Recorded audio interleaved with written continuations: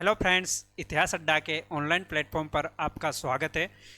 तो दोस्तों, हम भारत में यूरोपियन कंपनियों का आगमन पढ़ रहे थे। आधुनिक भारत इतिहास का बहुत ही महत्वपूर्ण चैप्टर है। ये आने वाले ईएमआरएस, असिस्टेंट प्रोफेसर, नेट सभी एग्जामों के लिए बहुत महत्वपूर्ण है। तो दोस्तों, हम देखते हैं, इसको वहाँ से कंटिन्यू करते हैं एक बार कि हम भारत में यूरोपियन कंपनियाँ जैसे ही आना हुआ था, उन कंपनियों में पुर्तगाली, डच, ब्रिटेन, यहाँ तक कि डेनमार्क और फ्रांसीसी, ये लोग क्यों भारत में आए थे, क्या कारण थे इनके भारत में आने के। और दूसरी तरफ कि ऐसा किस तरह की चीज़ें, घटनाक्रम ऐसा कौन सा होता है जिस वजह से इनको भारत में आना पड़ता है, या फिर कह सकते हो कि ईस्ट इंडियन जितने भी देश थे, एशियन देश, इनके साथ ये व्यापार करना शुरू करते हैं दोस्तों। तो दोस्तों, यहाँ पर यूरोप में सबसे पहली बात तो ये थी कि आविष्कार या पुनर्जागरण काल शुरू हो रहा था। पुनर्जागरण काल स्टार्ट था, वहाँ पर अनेक कंपनियों की स्थापना हो गई थी, डेवलपमेंट हो रहा था लगातार, और लोगों में एक मशीनरी युग प्रारंभ हो गया था। जबकि एक और मुख्य कारण जो था, आप लोगों को मैंने बताया था कि 1453 ईस्वी में 1453 ईस्वी में कुस्तुनतुनिया पर तुर्कों का अधिकार हो गया था। कुस्तुनतुनिया पर तुर्कों का अधिकार, तुर्कों का अधिकार। तो कुस्तुनतुनिया पर तुर्कों का अधिकार हो जाने के कारण भी एक महत्वपूर्ण जो व्यापारिक मार्ग था वो अवरुद्ध हो जाता है पुर्तगालियों का, या फिर ऐसे कहें कि यूरोपियंस का। इसलिए इन्होंने भारत के साथ में मसाला जो व्यापार था उसको और एक्सटेंड करने के लिए वहां से एक दूसरा व्यापारिक मार्ग खोजने की बात की। और उसके लिए ये क्या करते हैं कि अपने जो यात्री थे उनको भेजते हैं। उसी क्रम में आप लोगों को मैंने बताया था कि सबसे पहले यात्रियों में भारत आने के लिए प्रस्थान किया था 1487 में बार्थोलोम्यू डियाज ने। बार्थोलोम्यो डियाज ने बार्थोलोम्यो डियाज ने भारत आने के लिए प्रस्थान किया था। दूसरी ओर 1498 ईस्वी में दोबारा एक और वास्को डिगामा जो भारत आता है, इसको भेजा वास्को डिगामा। और इसने भी वही मैंने बताया कि जो अफ्रीकन तट जिसे केप ऑफ गुड होप नाम दिया गया था, वहां पर आकर के एक अब्दुल मनिक नाम का गुजराती व्यापारी इसको मिलता है, और उसके साथ में ये आता है केरल के कालिकट तट पर, जहां पर हिंदू शासक जमोरिन इसका स्वागत करता है। और दोस्तों, वहीं से भारत में यूरोपियंस की दस्तक शुरू हो जाती है। और उसी की वजह से भारत में लगातार फिर एक के बाद एक यूरोपियंस कंपनियां भी आती है, स्थापित होती है और व्यापार को बढ़ाने लगती है। लेकिन दोस्तों, इसके पीछे और भी कुछ कारण रहे थे। वास्को डी गामा जैसे ही भारत में 1498 में आया था, ये यहाँ से काली मिर्च लेके गया था। क्या लेके गया था? काली मिर्च। काली मिर्च लेके गया था ये भारत से। और जो काली मिर्च जितनी लेके गया था, उसका 60 गुना फायदा इसको हुआ था, वास्को डिगामा को। इसलिए वहां के इनकी यूरोप के जितने भी थे देश, वो भारत की तरफ व्यापार करने के लिए और ज्यादा आकर्षित होने लगते हैं। तो 1498 में ये भारत आते हैं, पहले यूरोपियन के रूप में वास्को डिगामा आता है। इसके बाद में ये अपना व्यापारी कारखाना खोलते हैं 1502 ईस्वी में पहली बार। और इसके बाद में फिर दूसरी व्यापारिक कंपनियां डच आती है, डच भी भारत में आती है। डच के साथ बाद में फिर भारत में ब्रिटेन के लोग आते हैं, फिर डेनिश आते हैं, और फ्रांसीसी आते हैं, स्वीडन आते हैं। इस तरीके से यूरोप की अनेक सारी कंपनियां भारत में आकर के एक एक अपने अपने तरीके से व्यापार करना शुरू करती है। लेकिन दोस्तों, इसके बाद में ये कंपनियां व्यापार करने आती है, लेकिन इसका भारत के इतिहास पर एक तरीके से पूरा का पूरा इतना जबरदस्त इम्पैक्ट पड़ता है, और जिसको हम देखते हैं वो आप लोग आधुनिक भारतीय इतिहास में पढ़ते हो। और यहाँ से ऐसे क्या क्या कारण रहे थे जिन वजहों से यूरोपीय कंपनियां राजनीतिक कंपनियों के रूप में उभर कर सामने आती, यानी कि भारत में राजनीति करने लगती है। जो इनके गोदाम थे सामान रखने के, वही गोदाम बाद में जाकर के इनके एक किले के रूप में, मजबूत इनके रहने के किले के रूप में, इनके रणनीति के केंद्र के रूप में ये उपयोग करने लगते हैं। तो कहीं ना कहीं उसके जो है कारण भारत के भी लोग थे। तत्कालीन शासकों में भारत के में मराठे थे, मुगल थे, और उसी समय भारत में ऐसी कोई एक सबसे बड़ी शक्ति के रूप में ऐसी कोई शक्ति नहीं थी जिसके अंडर में भारत में कोई सभी राज्य जो क्षेत्रीय राज्य थे वो एकीकृत या फिर इकट्ठे हो सके। इसीलिए उसी मौके का फायदा उठा करके इन लोगों ने भारत में धीरे धीरे धीरे आंतरिक मामलों में हस्तक्षेप करना शुरू कर दिया और वहां से ही इनका ये काम शुरू हो जाता है। दोस्तों, तो सबसे पहले देखते हैं ये व्यापारी कंपनियां कौन कौन सी थी और इनकी स्थापना कैसे हुई थी, उनका एक बार अपन पढ़ लेते हैं। बहुत महत्वपूर्ण है, बहुत इंपॉर्टेंट फैक्ट है। तो आज हम देख रहे हैं भारत में यूरोपियन कंपनियों का आगमन। तो इन कंपनियों का आने का क्रम पिछली क्लास में मैंने आपको बताया था कि कौन सबसे पहले आया था। आना तो पहला और इसके बाद में स्थापना होना, दोनों चीजों में काफी डिफरेंस है। मैं पिछली क्लास में भी आप लोगों को बताया था कि आना और उसमें उसके बाद में उस कंपनी की स्थापना होने में काफ़ी डिफरेंस है। कंपनी की स्थापना देखिए दोस्तों कब होती है और आए कब थे, इनको मैं दोबारा से एक बार और बता दूंगा, समझा दूंगा आप लोगों को। लेकिन समझिए मेरी बात कि एस्तादो द इंडिया कंपनी है, इसकी स्थापना होती है 1498 में पुर्तगाल में। यह पुर्तगाली कंपनी है। स्थापना देखते जाना आप, स्थापना कब होती है? 1498 ईस्वी में होती है। बेरिंग दे होस्ट इंडसे कंपनी, ये डच कंपनी है और इसकी स्थापना होती है 1602 ईस्वी में। ध्यान रखना, 1602 ईस्वी में डच कंपनी बेरिंग दे होस्ट इंडसे कंपनी नाम से ये कंपनी है, डच कंपनी है। स्थापना 1602 ईस्वी में होती है इसकी। और इन 1602 के बाद में ये जो कंपनी है ये British east India company, British east India company की स्थापना जो होती है आप लोगों के सामने दिख रहा होगा, 1599 ईस्वी में इसकी स्थापना होती है। ठीक है, इसको अनुमति मिल जाती है 1600 में, इसलिए कभी कभी 1600 ईस्वी भी पढ़ते हैं कि कभी स्थापना होती है 1600 ईस्वी में, लेकिन स्थापना होती है दोस्तों 1599 में और अनुमति मिल जाती है 1600 ईस्वी में। अब देखो, इस कंपनी की स्थापना 1600 में होती है, इसकी स्थापना डच कंपनी जो है इसकी स्थापना 1602 में होती है। लेकिन सबसे इंपॉर्टेंट यह है कि ये भारत में कब आते हैं और ये भारत में कब आते हैं। तो इन सभी चीज़ों को मैं, बहुत ही महत्वपूर्ण फैक्ट है, आपके आने वाले सभी एग्जाम्स जो भी हो गए, असिस्टेंट प्रोफेसर या फिर नेट का, पीजीटी, ईएमआरएस, तो स्पेशली ध्यान देने की वाली बात है उनके लिए। तो यहाँ से क्वेश्चन आएगा 110%, हर एग्जाम में क्वेश्चन आया है। तो देखो 1498 ईस्वी में कंपनी एस्तादो द इंडिया पुर्तगाल की कंपनी है, स्थापना 1498 ईस्वी में। ठीक है भाई। बेरिंग दे ओस्ट इंडसे कंपनी, ये डच कंपनी है और स्थापना 1602 ईस्वी में। British east India company, east India company तो सभी को कहते थे, ईस्ट इंडियन कंपनियां तो सभी को ही कहते थे, लेकिन ब्रिटिश ईस्ट इंडिया कंपनी जो ये व्यापार करने के लोग आए थे उसके बारे में हम बात कर रहे हैं। और इसकी स्थापना 1599 ईस्वी में होती है, अनुमति 1600 ईस्वी में मिल गई थी, तो 1600 ईस्वी भी मानते हैं। तो डेनमार्क कंपनी, जो डेनिश ईस्ट इंडिया कंपनी थी, डेनमार्क को डेनिश भी कहते हैं, डेनिश, तो डेनिश ईस्ट इंडिया कंपनी की स्थापना 1616 ईस्वी में। और इधर कंपनी देश इंडसे ओरिएंटलेस, ये कंपनी का नाम है, कंपनी देश इंडसे ओरिएंटलेस, ये फ्रांसीसी कंपनी है और इसकी स्थापना जो है 1664 ईस्वी में होती है। इसकी स्थापना कब होती है? 1664 ईस्वी में। तो दोस्तों मैंने आप लोगों को बताया था कि भारत में कंपनियों का आगमन कैसा होता है। एक बार मैं दोबारा और आप लोगों को बता देता हूं। देखो, मैंने आपको बताया था कि भारत आने वाले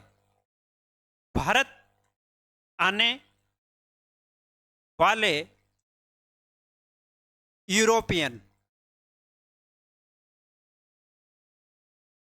भारत आने वाले यूरोपियन, तो हमने देखा पुर्तगाली सबसे पहले भारत आते हैं, ये सभी को पता है आप लोगों को। कब आते हैं? 1498 ईस्वी में। आपको सबको पता है, बच्चे बच्चे को पता है, अगर नहीं है तो फिर ये आपके लिए बहुत बड़ी बात है, क्यों नहीं है। पुर्तगाली, इसके बाद में फिर कौन आते हैं भारत में? पुर्तगाली, और फिर कौन आते हैं भारत में? मैंने आप लोगों को बताया था इस क्लास में, स्थापना कब होती है कंपनी की? 1602 ईस्वी में। डच कंपनी की स्थापना कब होती है? 1602 ईस्वी में। यानी कि एक चीज समझने वाली बात है, अगर तुम्हें क्रम से देखे वैसे भी तो ये दूसरे नंबर पर आते हैं स्थापना में। पहले नंबर पे ये कौन से? पुर्तगाली स्थापना की बात है। दूसरे नंबर पे ये जो है इंग्लिशमैन, ठीक है, दूसरे नंबर पे। और तीसरे नंबर पे ये लोग आएंगे। यहां से ही कंफ्यूज हो जाता है सब कुछ, है ना। अब ये चीजें तो चलो चलती रहती है, लास्ट में इन तीनों में कंफ्यूजन रहता है ज्यादातर। और इधर ही मैंने यही चीज तुम लोगों को बताई थी पिछली क्लास में कि देखो, भारत आने वाली यूरोपियन कंपनियों 1498 ईस्वी में पुर्तगाली आए थे और दूसरे डच लोग भारत आए थे। डच कब आए थे भारत में? कंपनी की स्थापना 1602 में और भारत आए थे 1605 ईस्वी में। यह इंपॉर्टेंट है। जबकि स्थापना 1498 में इसकी होती है, इनके बाद में इंग्लिश ईस्ट इंडिया कंपनी की स्थापना होती है और ये होती है 1599 ईस्वी में स्थापना, ठीक है। अब देखो, डच के बाद में कौन आए थे भारत में? अंग्रेज। यह तो अब सबको पता ही हो गया। अंग्रेज भारत में कब आए थे? 1608 ईस्वी में। तो दोस्तों, ये एक क्रम था जिसको मैंने आप लोगों को पढ़ाया था, समझाया था अच्छे से, और दोबारा फिर समझा दिया। और उसी के लिए आपको ये क्लास में मैंने लिखाया नहीं था, तो आप इसको एक बार नोट कर लीजिए कि किस कंपनी की स्थापना कब हुई थी। तो पुर्तगाली कंपनी, इसका नाम यहाँ पे 4-5 क्वेश्चन बन रहे हैं। सुमेलित कीजिए, असंगत को पहचानिए, यहाँ से 4-5 क्वेश्चन बनते हैं। स्थापना का क्रम दे दिएगा, इसके बाद में आप लोगों से पूछ लेगा। आगमन का क्रम दे देगा, आप लोगों से पूछ लेगा। कंपनी का नाम भी पूछ सकता है, तो वेरी इंपॉर्टेंट है। एस्तादो द इंडिया पुर्तगाली कंपनी 1498 में। बेरिंग दे ओस्ट इंडसे कंपनी डच 1602 ईस्वी में। ब्रिटिश ईस्ट इंडिया कंपनी 1599 ईस्वी में इसकी स्थापना होती है। और Denmark East India Company, Danish वाली जो है, इसकी स्थापना 1616 ईस्वी में। और कंपनी देश इंडसे ओरिएंटलेस, ये फ्रांसीसी कंपनी है, और 1664 ईस्वी में इसकी स्थापना हुई थी। तो देखते हैं आगे, नेक्स्ट। तो दोस्तों, इस कंपनियों की स्थापना के बाद में हम पढ़ रहे थे पुर्तगाल। हम पढ़ेंगे पुर्तगाल। भारत में पुर्तगाली कैसे आए, क्यों आए, इनका पहला कारखाना कहाँ पर था, कैसे था, किसने स्थापित किया, इन सब के बारे में हम जानेंगे। दोस्तों, एक बार भारत का छोटा सा मैप बना लो। ये भारत है, अपना प्यारा भारत। और इसके बाद में देखो, आप लोग इन सब जगहों को जानते होंगे कि ये कौन सा है। ये भारत का दक्षिणतम हिस्सा है। यहाँ पर भारत का एक स्टेट है और यह है केरल, जहाँ पर सबसे पहले कौन आए थे? पुर्तगाली आए थे भारत में। सबसे पहले पुर्तगाली आए थे, केरल में आए थे। तो पुर्तगाली भारत में इनकी व्यापारिक कारखानों की स्थापना कर देते हैं पहले। सबसे पहले एक बार कुछ इंपॉर्टेंट फैक्ट ये भी है कि व्यापारिक कारखाने जो है वो भी इंपॉर्टेंट फैक्ट है। तो केरल में सबसे पहला जो इनका व्यापारिक कारखाना खोला जाता है, वो कहाँ खोला जाएगा? वो है कोचीन। कोचीन में पहला व्यापारिक कारखाना जो है कोचीन में खोला गया। और ये कब खोला गया? 1502 ईस्वी में। कोचीन कहाँ पड़ता है? ये केरल में पड़ता है। आप लोगों को सबको पता है कि सबसे पहले वास्को डी गामा कहाँ आता है? भारत में सबसे पहले वास्को डी गामा कालीकट बंदरगाह पर आता है। कालीकट पर आता है, जहाँ का शासक होता है जमोरिन, और जमोरिन इनका स्वागत करता है। इसके बाद में कोचीन जो है, ये एक उनके व्यापारिक कारखाना की एक जगह है जो केरल में अवस्थित है, और वहाँ ये स्थापना करता है 1502 ईस्वी में। तो पुर्तगालियों का पहला व्यापारिक कारखाना कहाँ खोला गया? 1502 ईस्वी में, कोचीन में। और दूसरा कनानौर में 1503 ईस्वी में खोला गया। कहाँ खोला गया? कनानौर, यह भी केरल में पड़ता है। तो ये पुर्तगालियों के व्यापारिक कारखाने थे। अब देखो, ये कौन सा तट हुआ? ये पश्चिमी तट हो गया। पूर्वी तट में एक जगह पड़ती है ये आंध्र प्रदेश में, आंध्र प्रदेश में एक जगह पड़ती है और इसका नाम है मछली या मछलीपट्टनम। ये एक जगह का नाम है। और यहाँ पर सबसे पहले जो व्यापारी कारखाना खोला गया था वो 1605 ईस्वी में किनका था? डेनिस का खोला गया। और यहाँ पर ही 1608 ईस्वी में किनका था? आप सबको पता है, इंग्लिशमैन, अंग्रेजों का। अंग्रेज भारत में आए थे। कारखाना 1608 है क्या? 1611 ईस्वी में खोला गया था भाई, 1611 ईस्वी, 1611 ईस्वी में यहाँ कारखाना खोला जाता है। तो मछलीपट्टनम, आंध्र प्रदेश, 1605 ईस्वी, 1605 ईस्वी में डेनिस है, डेनिस में व्यापारी कारखाना खोला जाता है। तो ये ध्यान रखने वाली बात है कि पुर्तगालियों का व्यापारी कारखाना पहला कोचिन, डेनिस 1605 में मछलीपट्टनम। और यही किसका था? यही अंग्रेजों का भी था पहला व्यापारी कारखाना। अब अंग्रेजों का दूसरा व्यापारी कारखाना जो था ये सूरत में था, ये सूरत में था। और सूरत में 14 ईस्वी में खोला गया।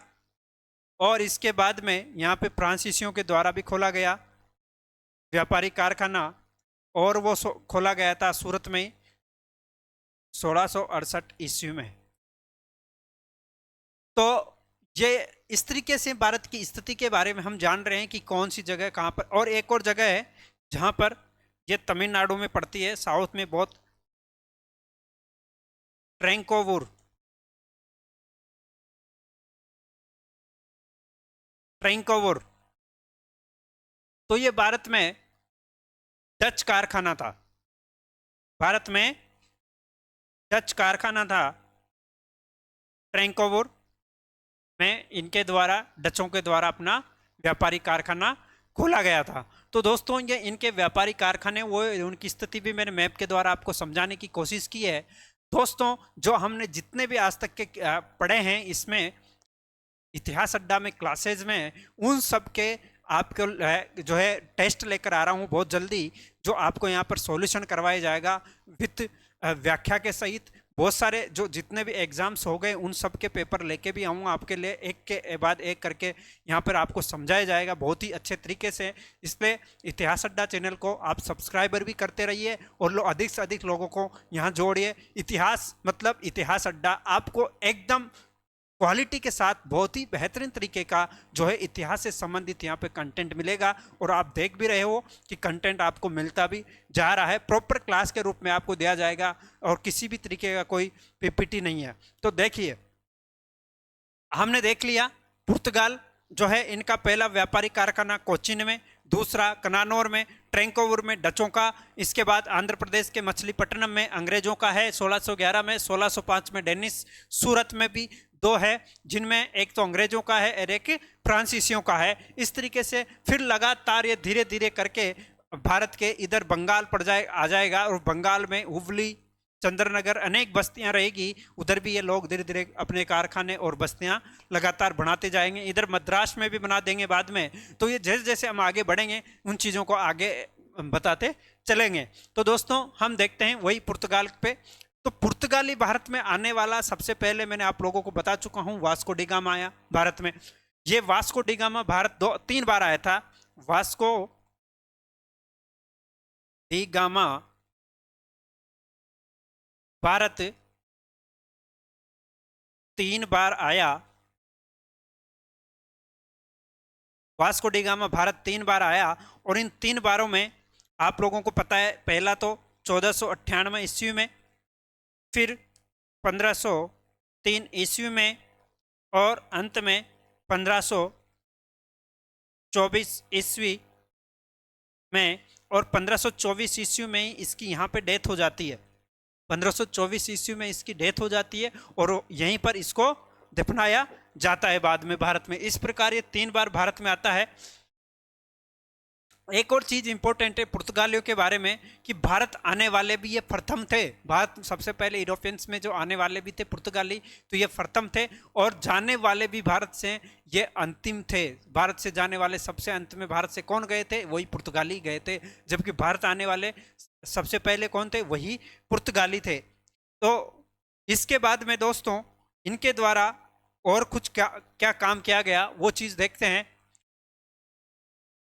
पुर्तगालियों की लगभग पूरी जितनी भी स्टोरी थी वो मैं बता चुका हूं। अब इन्होंने क्या किया कि धीरे धीरे धीरे धीरे भारत में धीरे धीरे इन लोगों ने भारत में अपनी शक्ति का विस्तार करना शुरू कर दिया, और शक्ति का विस्तार करने के लिए अपने जो भी इनके हथियार थे, या फिर ऐसे कह सकते हैं इनकी जो नेवी जो थी उसको स्ट्रॉन्ग करना शुरू कर दिया। तो अल्मीडा नाम का एक इनका पहला जो है एक गवर्नर के रूप में नियुक्त किया इन्होंने अल्मीडा को इन्होंने सबसे पहले नियुक्त किया जाता है। और अल्मीडा इनका पहला गवर्नर, तो पुर्तगाल प्रथम गवर्नर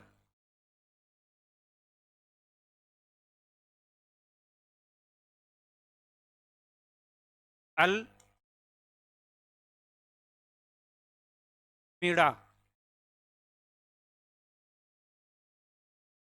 1505 से 1509 ईस्वी, ये जो था इनका प्रथम गवर्नर था। प्रथम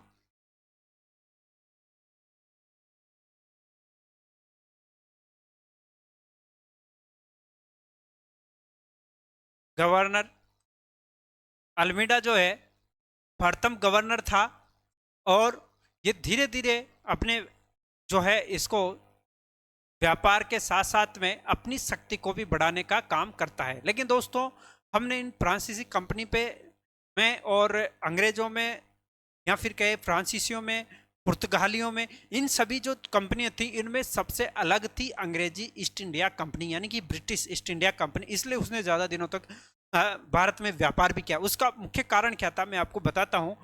जिस तरीके से जैसे अल्मीडो इन्होंने पहली बार नियुक्त किया, पुर्तगाली अंग्रेजों से बहुत पहले आ गए, ये अपना व्यापार भी शुरू कर देते। लेकिन ये जो पुर्तगाली जो कंपनी थी इनकी, पुर्तगाली कंपनी जो थी इनकी, क्या नाम था इसका?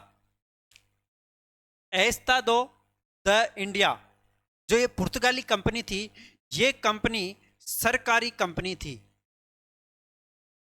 ये एक सरकारी कंपनी थी, यानी कि सरकार का इसमें रोल था, सरकार का इसमें इंपॉर्टेंट रोल था। इसी वजह से ये स्वतंत्र रूप से काम नहीं कर पाती थी, इस पर सरकार का भी अंकुश रहता था। जो भी गवर्नर थे, जो भी नीतियां अपनाते थे या फिर अपनी शक्ति का प्रयोग करते थे, तो उन पर कंट्रोल सरकार के द्वारा किया जाता था। लेकिन दोस्तों जो आप लोग देखते हैं ब्रिटिश ईस्ट इंडिया कंपनी, जिस पर सरकार का कंट्रोल नहीं था, यह प्योर व्यापारी कंपनी थी, और इस व्यापारी कंपनी ने अपनी मर्जी से जितना जो हो सकता था वो विस्तार किया था। इनमें बहुत अंतर आता है। तो बाद में जब पुर्तगाली किसी कारणवश या फ्रांसीसी भी अगर हारते हैं तो उनका भी कहीं ना कहीं योगदान अपने देश का भी होता है, क्योंकि उन पर कंट्रोल रहता है। अब इस पे कंट्रोल नहीं रहता है ब्रिटिश ईस्ट इंडिया कंपनी में जब ये काम करती स्टार्टिंग में, तो बाद में धीरे धीरे आकर के ब्रिटिश सर्स जितने भी थे, अंग्रेज भी, वो अधिकारी भी इन पर ज़्यादा धीरे धीरे विस्तार कर रहे थे, तो एक तरीके से इनको भी सपोर्ट ही मिला था। तो दोस्तों आज